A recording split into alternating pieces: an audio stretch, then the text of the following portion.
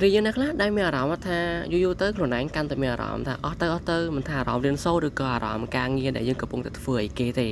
ហើយសកម្មភាពទាំងអស់ហ្នឹងវាប៉ះពាល់ខ្លាំងយកទៅមែនតើតាក់ទងជាមួយនឹងលទ្ធផលដែលយើងសម្រេចបានអញ្ចឹងមានន័យថាលទ្ធផលដែលយើងសម្រេចបានគឺពឹងផ្អែកទៅលើសកម្មភាពយើងឥឡូវហើយនឹងអនាគត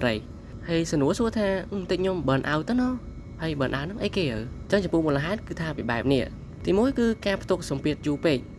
ជាធម្មតាយើងតែងតែមានអារម្មណ៍ថាព្រួយបារម្ភឬក៏តានតឹងចិត្តជារៀងរាល់ថ្ងៃទោះបីជាពេលខ្លះយើងអត់សូវយល់ពីខ្លួនឯងឬក៏ដឹងថាខ្លួនឯងនឹងកំពុងតែតានតឹងរឿងអីក៏ដោយតែបើសិនជាយើងកន្លែងទៅមើលជ្រុងមកខាងទៀតណាវាអាចនឹងមានបញ្ហាដូចជាការងារការសិក្សាឬក៏បញ្ហាគ្រួសារឯងជាដើមឬក៏តំណែងដែលជាមូលហេតុដែលធ្វើឲ្យយើងតែងតែមានអារម្មណ៍ថាខ្លួនឯងនឹងមានសម្ពាធផ្លូវចិត្តឬក៏សម្ពាធអីយូរលាក់ទុកយូរហើយដែលផលវិញគឺវាជំរុញទៅកាន់ខួរក្បាលអាចចាប់ផ្ដើមវាមានអារម្មណ៍ថាខ្លួនឯងនេះវាកាន់តែមានសម្ពាធដែលមិនទាន់បានដោះស្រាយបានទុកយូរហើយដែលបណ្ដាលឲ្យយើងវាកាន់តែអស់កម្លាំងឬក៏មិនចង់ធ្វើអីសោះក៏អាចថាបានដូចគ្នាចំពោះចំណុចទី2គឺអារម្មណ៍មិនសល់ទុកពីការឈឺចាប់ពេលខ្លះយើងមាន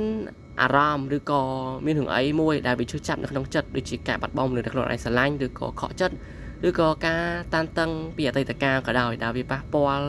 ទៅដល់យើងខ្លាំងមែនតើដែលរឿងនោះគឺយើងមិនទាន់បានដោះស្រាយហើយឬក៏យើងអាចទទួលស្គាល់ឬក៏មិនទាន់ទទួលស្គាល់ការពិតទេដែលវាធ្វើឲ្យយើងនឹងកាន់តែធ្លាក់ធម្មពលនៃផ្លូវចិត្តទៅវាធ្វើឲ្យយើងកាន់តែស្ងប់ស្ងាត់ដូចជា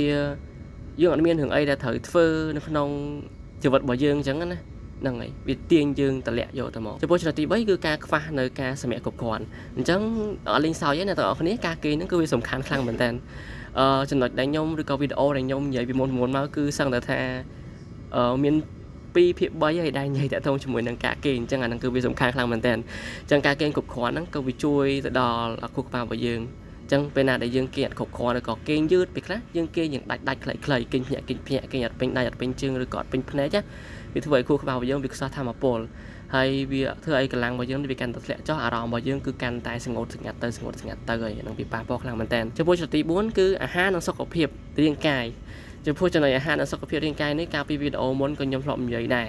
ព្រោះកាលណាដែលយើងទទួលបានអាហារូបត្ថម្ភគ្រប់គ្រាន់វីតាមីនឬក៏សារធាតុអីផ្សេងដូចជាសារធាតុដែកអីគ្រប់គ្រាន់អញ្ចឹងទៅវាជួយឲ្យយើងនឹងវាមានកម្លាំងកាហាយដែលវាជំរុញឲ្យយើងមានកម្លាំងកាយដើម្បីទៅជំរុញកម្លាំងចិត្តដូចគ្នាចំណុចកន្លែងហ្នឹងឬក៏ពេលខ្លះយើងអាចទៅហាត់ប្រាណដើម្បីបង្កើននៅស្មារតីពង្រឹងនៅស្ថានភាពផ្លូវចិត្តរបស់យើងឲ្យវាបានមកកម្រិតទៀតព្រោះហាត់ប្រាណវាជួយខ្លាំងមែនតើជួយទាំងផ្លូវចិត្តហើយនិងផ្លូវកាយយើងសុខភាពល្អផ្លូវចិត្ត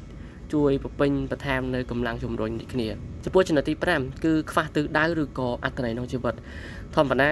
មនុស្សយើងតាធ្វើអីមួយអត់មានគោលដៅយើងអត់ដឹងថាធ្វើដើម្បីអីកម្លាំងចិត្តគឺធ្លាក់យកទៅមកមានន័យថាយើងអត់មានហេតុផលអីដែលយើងត្រូវធ្វើហ្នឹងឯងព្រោះយើងដឹងគោលដៅរបស់យើងឯងអញ្ចឹងយើងត្រូវដៅគោលដៅរបស់យើងជាជំរឿនដ៏ល្អ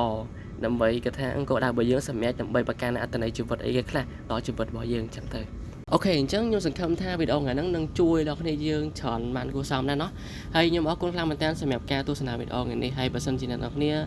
រងចាំទទួលវីដេអូថ្មីពីខ្ញុំបន្ថែមទៀតកុំភ្លេចជួយចុច Subscribe ម្នាក់មួយឬក៏ Follow ទាំង TikTok ហើយនិង Facebook ដើម្បីទទួលបានវីដេអូពីខ្ញុំភ្លាមរាល់ពេលដែលខ្ញុំបង្ហោះទៅណោះអូខេ